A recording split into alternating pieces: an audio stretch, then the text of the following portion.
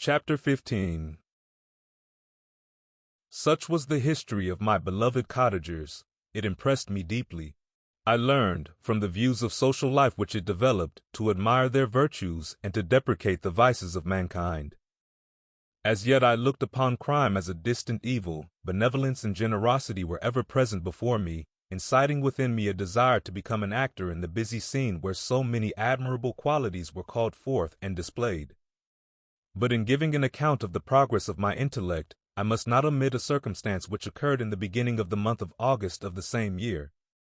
One night during my accustomed visit to the neighboring wood where I collected my own food and brought home firing for my protectors, I found on the ground a leathern portmanteau containing several articles of dress and some books.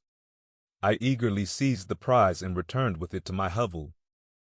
Fortunately, the books were written in the language, the elements of which I had acquired at the cottage. They consisted of Paradise Lost, a volume of Plutarch's Lives, and the Sorrows of Werther.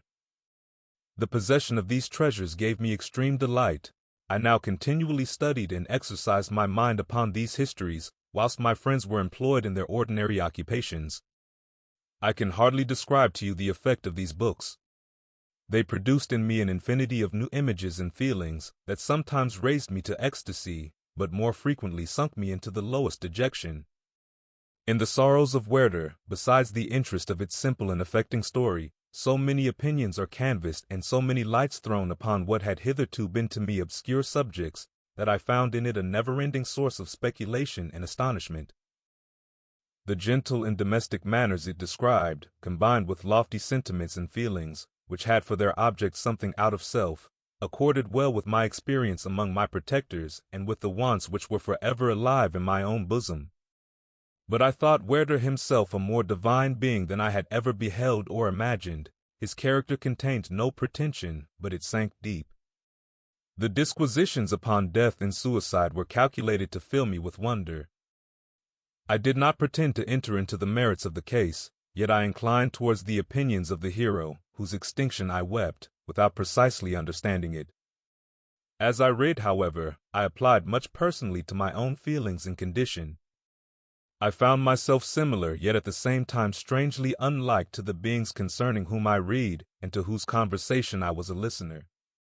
I sympathized with and partly understood them, but I was unformed in mind. I was dependent on none and related to none. The path of my departure was free, and there was none to lament my annihilation. My person was hideous and my stature gigantic. What did this mean? Who was I? What was I? Whence did I come? What was my destination? These questions continually recurred, but I was unable to solve them. The volume of Plutarch's Lives which I possessed contained the histories of the first founders of the ancient republics. This book had a far different effect upon me from the Sorrows of Werther. I learned from Werther's imaginations despondency and gloom, but Plutarch taught me high thoughts.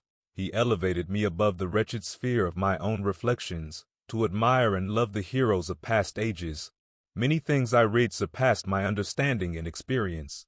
I had a very confused knowledge of kingdoms, wide extents of country, mighty rivers, and boundless seas. But I was perfectly unacquainted with towns and large assemblages of men. The cottage of my protectors had been the only school in which I had studied human nature, but this book developed new and mightier scenes of action. I read of men concerned in public affairs, governing or massacring their species. I felt the greatest ardor for virtue rise within me, and abhorrence for vice, as far as I understood the signification of those terms, relative as they were, as I applied them, to pleasure and pain alone. Induced by these feelings, I was of course led to admire peaceable lawgivers, Numa, Solon, and Lycurgus, in preference to Romulus and Theseus. The patriarchal lives of my protectors caused these impressions to take a firm hold on my mind. Perhaps if my first introduction to humanity had been made by a young soldier, burning for glory and slaughter, I should have been imbued with different sensations. But Paradise Lost excited different and far deeper emotions. I read it, as I had read the other volumes which had fallen into my hands, as a true history. It moved every feeling of wonder and awe that the picture of an omnipotent God warring with his creatures was capable of exciting. I often referred the several situations, as their similarity struck me, to my own. Like Adam, I was apparently united by no link to any other being in existence, but his state was far different from mine in every other respect. He had come forth from the hands of God, a perfect creature, happy and prosperous, guarded by the especial care of his Creator. He was allowed to converse with and acquire knowledge from beings of a superior nature, but I was wretched, helpless, and alone. Many times I considered Satan as the fitter emblem of my condition, for often, like him, when I viewed the bliss of my protectors, the bitter gall of envy rose within me. Another circumstance strengthened and confirmed these feelings. Soon after my arrival in the hovel, I discovered some papers in the pocket of the dress which I had taken from your laboratory. At first I had neglected them, but now that I was able to decipher the characters in which they were written, I began to study them with diligence. It was your journal of the 4 months that preceded my creation. You minutely described in these papers every step you took in the progress of your work. This history was mingled with accounts of domestic occurrences. You doubtless recollect these papers. Here they are. Everything is related in them which bears reference to my accursed origin. The whole detail of that series of disgusting circumstances which produced it is set in view. The minutest description of my odious and loathsome person is given, in language which painted your own horrors and rendered mine indelible. I sickened as I read. "Hateful day when I received life," I exclaimed in agony. "Accursed Creator! Why did you form a monster so hideous that even you turned from me in disgust? God, in pity, made man beautiful and alluring, after his own image, but my form is a filthy type of yours, more horrid even from the very resemblance. Satan had his companions, fellow devils, to admire and encourage him, but I am solitary and abhorred." These were the reflections of my hours of despondency and solitude. But when I contemplated the virtues of the cottagers, their amiable and benevolent dispositions, I persuaded myself that when they should become acquainted with my admiration of their virtues, they would compassionate me and overlook my personal deformity. Could they turn from their door one, however monstrous, who solicited their compassion and friendship? I resolved, at least, not to despair, but in every way to fit myself for an interview with them which would decide my fate. I postponed this attempt for some months longer, for the importance attached to its success inspired me with a dread lest I should fail. Besides, I found that my understanding improved so much with every day's experience that I was unwilling to commence this undertaking until a few more months should have added to my sagacity. Several changes in the meantime took place in the cottage. The presence of Sophie diffused happiness among its inhabitants, and I also found that a greater degree of plenty reigned there. Felix and Agatha spent more time in amusement and conversation, and were assisted in their labors by servants. They did not appear rich, but they were contented and happy. Their feelings were serene and peaceful, while mine became every day more tumultuous. Increase of knowledge only discovered to me more clearly what a wretched outcast I was. I cherished hope, it is true, but it vanished when I beheld my person reflected in water or my shadow in the moonshine, even as that frail image in that inconstant shade. I endeavored to crush these fears and to fortify myself for the trial which in a few months I resolved to undergo, and sometimes I allowed my thoughts, unchecked by reason, to ramble in the fields of paradise, and dared to fancy amiable and lovely creatures sympathizing with my feelings and cheering my gloom. Their angelic countenances breathed smiles of consolation. But it was all a dream. No Eve soothed my sorrows, nor shared my thoughts. I was alone. I remembered Adam's supplication to his Creator, but where was mine? He had abandoned me, and in the bitterness of my heart I cursed him. Autumn passed thus. I saw, with surprise and grief, the leaves decay and fall, and nature again assumed the barren and bleak appearance it had worn when I first beheld the woods and the lovely moon. Yet I did not heed the bleakness of the weather. I was better fitted by my conformation for the endurance of cold than heat. But my chief delights were the sight of the flowers, the birds, and all the gay apparel of summer. When those deserted me, I turned with more attention towards the cottagers. Their happiness was not decreased by the absence of summer. They loved and sympathized with one another, and their joys, depending on each other, were not interrupted by the casualties that took place around them. The more I saw of them, the greater became my desire to claim their protection and kindness. My heart yearned to be known and loved by these amiable creatures. To see their sweet looks directed towards me with affection was the utmost limit of my ambition. I dared not think that they would turn them from me with disdain and horror. The poor that stopped at their door were never driven away. I asked, it is true, for greater treasures than a little food or rest. I required kindness and sympathy, but I did not believe myself utterly unworthy of it. The winter advanced, and an entire revolution of the seasons had taken place since I awoke into life. My attention at this time was solely directed towards my plan of introducing myself into the cottage of my protectors. I revolved many projects, but that on which I finally fixed was to enter the dwelling when the blind old man should be alone. I had sagacity enough to discover that the unnatural hideousness of my person was the chief object of horror with those who had formerly beheld me. My voice, although harsh, had nothing terrible in it. I thought, therefore, that if in the absence of his children I could gain the good will and mediation of the old de Lacy, I might by his means be tolerated by my younger protectors. One day, when the sun shone on the red leaves that strewed the ground in diffuse cheerfulness, although it denied warmth, Sophie, Agatha, and Felix departed on a long country walk, and the old man, at his own desire, was left alone in the cottage. When his children had departed, he took up his guitar and played several mournful but sweet airs, more sweet and mournful than I had ever heard him play before. At first his countenance was illuminated with pleasure, but as he continued, thoughtfulness and sadness succeeded. At length, laying aside the instrument, he sat absorbed in reflection. My heart beat quick. This was the hour and moment of trial, which would decide my hopes or realize my fears. The servants were gone to a neighboring fair. All was silent in and around the cottage. It was an excellent opportunity. Yet, when I proceeded to execute my plan, my limbs failed me and I sank to the ground. Again I rose, and exerting all the firmness of which I was master, removed the planks which I had placed before my hovel to conceal my retreat. The fresh air revived me, and with renewed determination I approached the door of their cottage. I knocked. "Who is there?" said the old man. "Come in." I entered. "Pardon this intrusion," said I. "I am a traveler and one of a little rest. You would greatly oblige me if you would allow me to remain a few minutes before the fire." "Enter," said de Lacy, "and I will try in what manner I can to relieve your wants. But unfortunately my children are from home, and as I am blind, I am afraid I shall find it difficult to procure food for you." "Do not trouble yourself, my kind host. I have food. It is warmth and rest only that I need." I sat down, and a silence ensued. I knew that every minute was precious to me, yet I remained irresolute in what manner to commence the interview, when the old man addressed me. "By your language, stranger, I suppose you are my countrymen. Are you French?"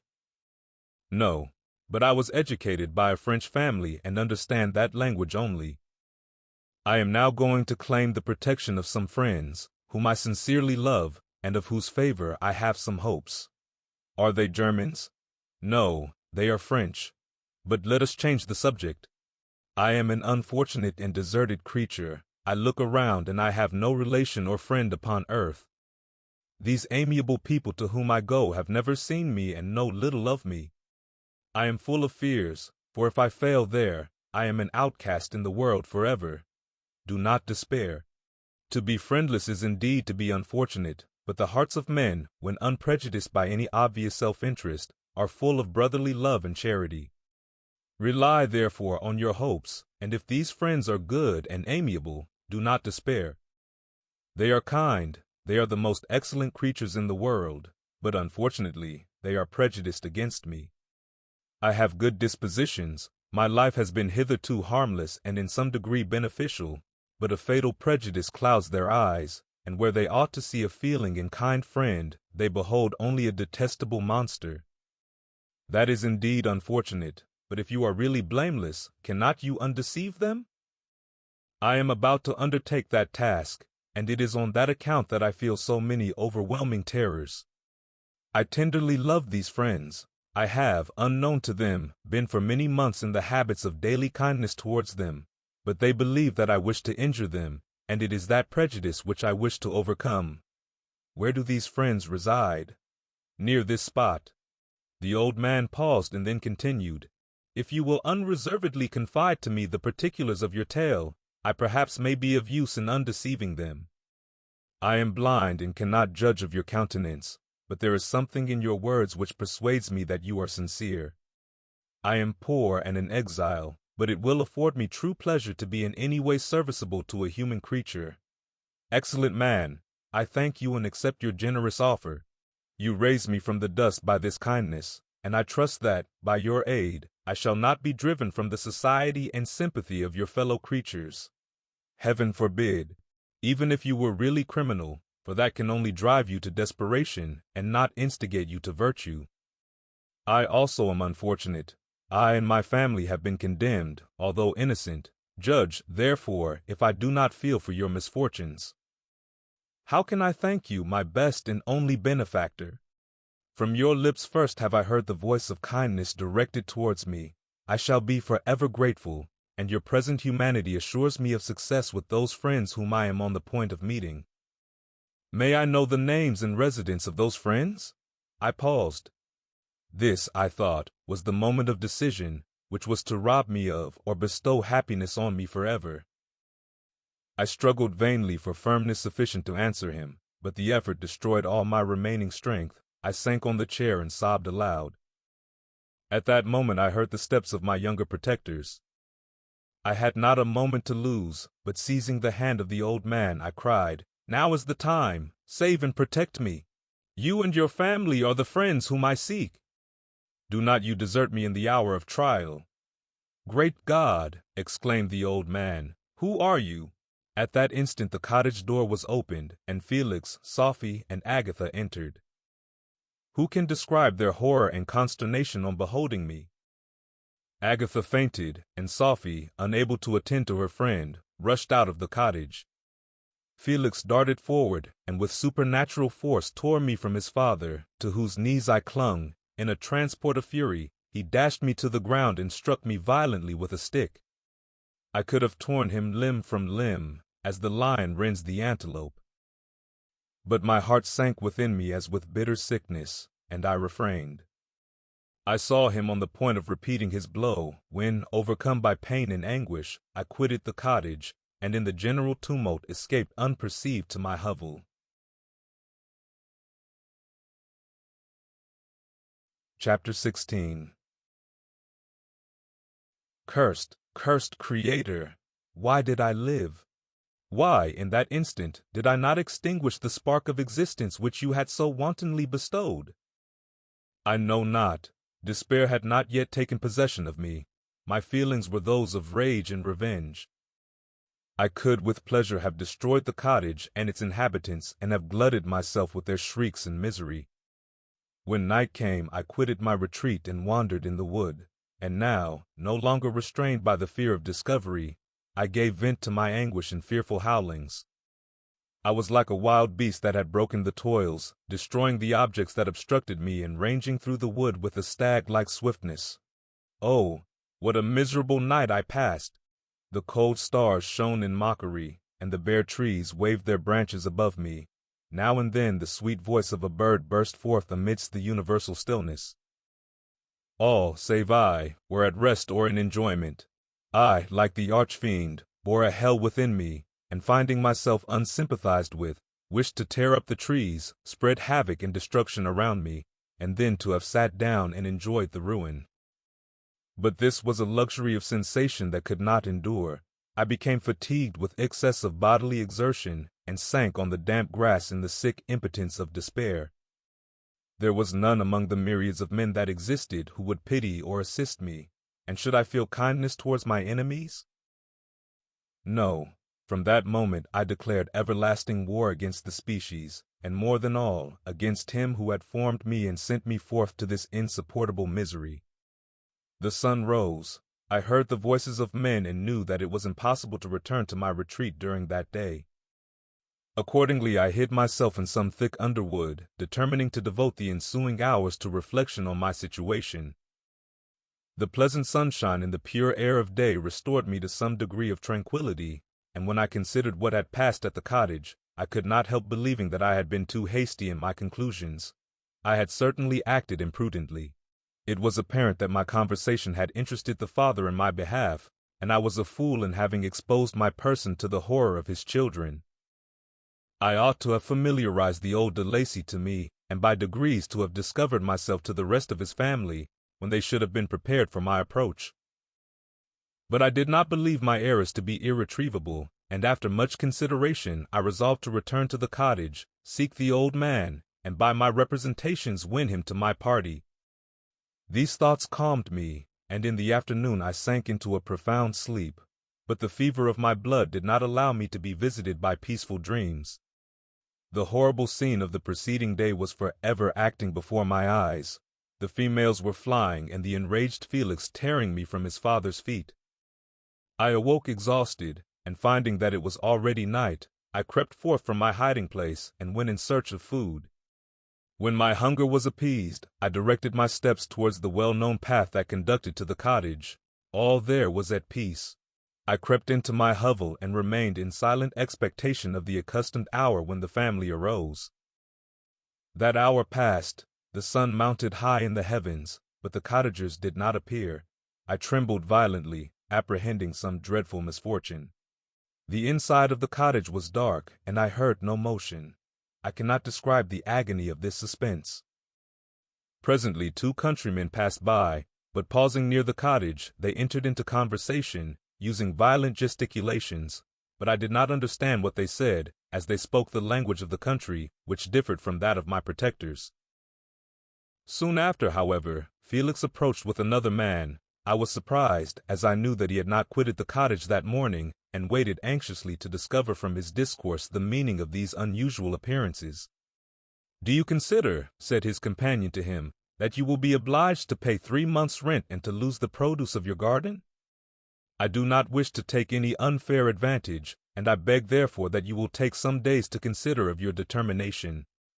"It is utterly useless," replied Felix. "We can never again inhabit your cottage.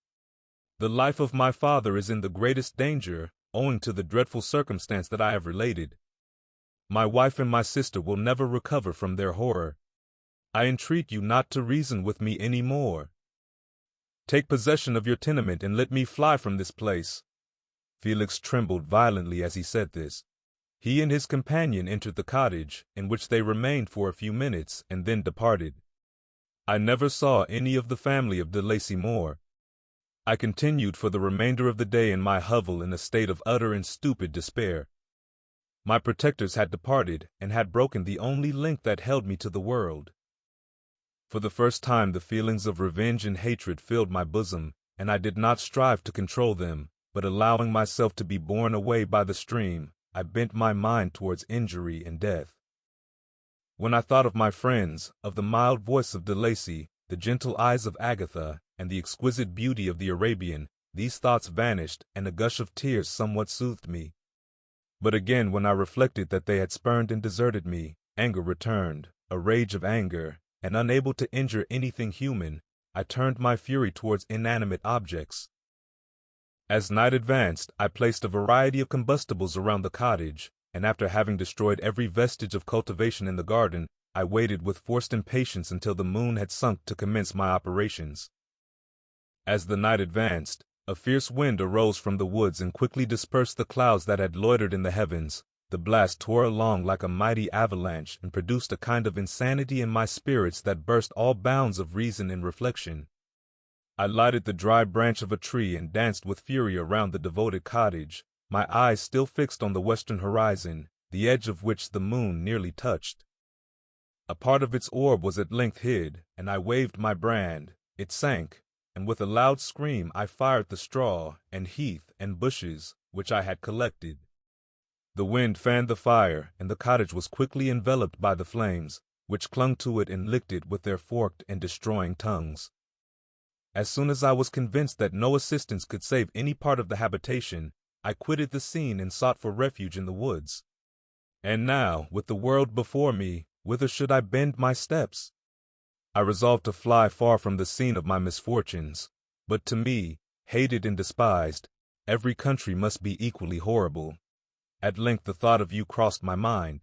I learned from your papers that you were my father, my creator, and to whom could I apply with more fitness than to him who had given me life? Among the lessons that Felix had bestowed upon Sophie, geography had not been omitted. I had learned from these the relative situations of the different countries of the earth. You had mentioned Geneva as the name of your native town, and towards this place I resolved to proceed. But how was I to direct myself? I knew that I must travel in a southwesterly direction to reach my destination, but the sun was my only guide. I did not know the names of the towns that I was to pass through, nor could I ask information from a single human being, but I did not despair. From you only could I hope for succor, although towards you I felt no sentiment but that of hatred. Unfeeling, heartless creator.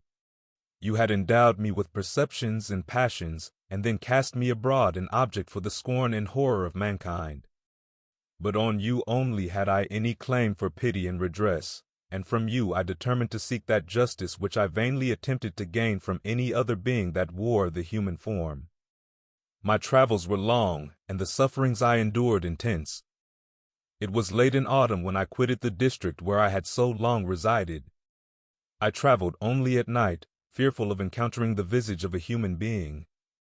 Nature decayed around me, and the sun became heatless. Rain and snow poured around me, mighty rivers were frozen, the surface of the earth was hard and chill and bare, and I found no shelter. Oh, earth! How often did I imprecate curses on the cause of my being! The mildness of my nature had fled, and all within me was turned to gall and bitterness. The nearer I approached to your habitation, the more deeply did I feel the spirit of revenge enkindled in my heart. Snow fell, and the waters were hardened, but I rested not.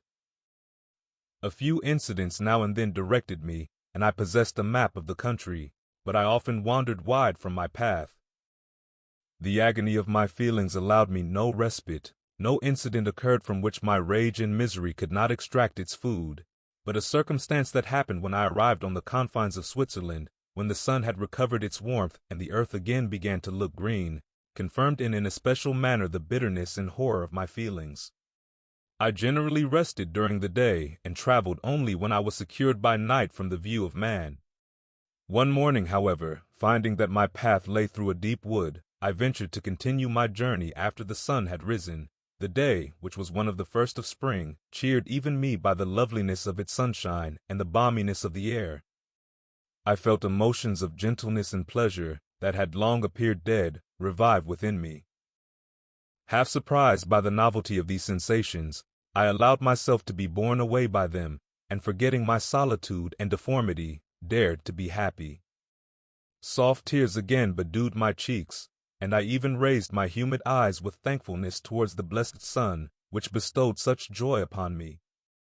I continued to wind among the paths of the wood until I came to its boundary, which was skirted by a deep and rapid river, into which many of the trees bent their branches, now budding with the fresh spring. Here I paused, not exactly knowing what path to pursue, when I heard the sound of voices that induced me to conceal myself under the shade of a cypress. I was scarcely hid when a young girl came running towards the spot where I was concealed, laughing as if she ran from someone in sport. She continued her course along the precipitous sides of the river, when suddenly her foot slipped, and she fell into the rapid stream. I rushed from my hiding place, and with extreme labor, from the force of the current, saved her and dragged her to shore. She was senseless, and I endeavored by every means in my power to restore animation, when I was suddenly interrupted by the approach of a rustic, who was probably the person from whom she had playfully fled. On seeing me, he darted towards me, and tearing the girl from my arms, hastened towards the deeper parts of the wood. I followed speedily, I hardly knew why, but when the man saw me draw near, he aimed a gun, which he carried, at my body and fired. I sank to the ground, and my injurer, with increased swiftness, escaped into the wood. This was then the reward of my benevolence. I had saved a human being from destruction, and as a recompense I now writhed under the miserable pain of a wound which shattered the flesh and bone. The feelings of kindness and gentleness which I had entertained but a few moments before gave place to hellish rage and gnashing of teeth. Inflamed by pain, I vowed eternal hatred and vengeance to all mankind. But the agony of my wound overcame me, my pulses paused, and I fainted. For some weeks I led a miserable life in the woods, endeavoring to cure the wound which I had received. The ball had entered my shoulder, and I knew not whether it had remained there or passed through. At any rate, I had no means of extracting it. My sufferings were augmented also by the oppressive sense of the injustice and ingratitude of their infliction. My daily vows rose for revenge, a deep and deadly revenge, such as would alone compensate for the outrages and anguish I had endured. After some weeks my wound healed, and I continued my journey.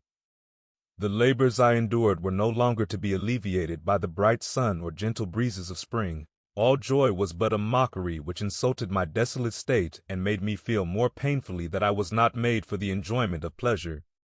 But my toils now drew near a close, and in 2 months from this time I reached the environs of Geneva. It was evening when I arrived, and I retired to a hiding place among the fields that surround it to meditate in what manner I should apply to you. I was oppressed by fatigue and hunger and far too unhappy to enjoy the gentle breezes of evening or the prospect of the sun setting behind the stupendous mountains of Jura. At this time a slight sleep relieved me from the pain of reflection, which was disturbed by the approach of a beautiful child, who came running into the recess I had chosen, with all the sportiveness of infancy. Suddenly, as I gazed on him, an idea seized me that this little creature was unprejudiced and had lived too short a time to have imbibed a horror of deformity. If, therefore, I could seize him and educate him as my companion and friend, I should not be so desolate in this peopled earth. Urged by this impulse, I seized on the boy as he passed and drew him towards me. As soon as he beheld my form, he placed his hands before his eyes and uttered a shrill scream. I drew his hand forcibly from his face and said, "Child, what is the meaning of this? I do not intend to hurt you. Listen to me." He struggled violently. "Let me go," he cried. "Monster, ugly wretch. You wish to eat me and tear me to pieces. You are an ogre. Let me go, or I will tell my papa." "Boy, you will never see your father again. You must come with me." "Hideous monster, let me go. My papa is a syndic. He is in Frankenstein. He will punish you. You dare not keep me." Frankenstein. "You belong then to my enemy, to him towards whom I have sworn eternal revenge. You shall be my first victim." The child still struggled and loaded me with epithets which carried despair to my heart. I grasped his throat to silence him, and in a moment he lay dead at my feet. I gazed on my victim, and my heart swelled with exultation and hellish triumph. Clapping my hands, I exclaimed, "I too can create desolation. My enemy is not invulnerable. This death will carry despair to him, and 1,000 other miseries shall torment and destroy him." As I fixed my eyes on the child, I saw something glittering on his breast. I took it. It was a portrait of a most lovely woman. In spite of my malignity, it softened and attracted me. For a few moments I gazed with delight on her dark eyes, fringed by deep lashes, and her lovely lips, but presently my rage returned. I remembered that I was forever deprived of the delights that such beautiful creatures could bestow, and that she whose resemblance I contemplated would, in regarding me, have changed that air of divine benignity to one expressive of disgust and affright. Can you wonder that such thoughts transported me with rage? I only wonder that at that moment, instead of venting my sensations in exclamations in agony, I did not rush among mankind and perish in the attempt to destroy them. While I was overcome by these feelings, I left the spot where I had committed the murder, and seeking a more secluded hiding place, I entered a barn which had appeared to me to be empty. A woman was sleeping on some straw. She was young, not indeed so beautiful as her whose portrait I held, but of an agreeable aspect and blooming in the loveliness of youth and health. Here, I thought, is one of those whose joy-imparting smiles are bestowed on all but me. And then I bent over her and whispered, "Awake, fairest, thy lover is near, he who would give his life but to obtain one look of affection from thine eyes, my beloved, awake." The sleeper stirred. A thrill of terror ran through me. Should she indeed awake and see me and curse me and denounce the murderer? Thus would she assuredly act if her darkened eyes opened and she beheld me. The thought was madness. It stirred the fiend within me. Not I, but she shall suffer. The murder I have committed because I am forever robbed of all that she could give me. She shall atone. The crime had its source in her. Be hers the punishment. Thanks to the lessons of Felix and the sanguinary laws of man, I had learned now to work mischief. I bent over her and placed the portrait securely in one of the folds of her dress. She moved again, and I fled. For some days I haunted the spot where these scenes had taken place, sometimes wishing to see you, sometimes resolved to quit the world and its miseries forever. At length I wandered towards these mountains, and have ranged through their immense recesses, consumed by a burning passion which you alone can gratify. We may not part until you have promised to comply with my requisition. I am alone and miserable. Man will not associate with me, but one as deformed and horrible as myself would not deny herself to me.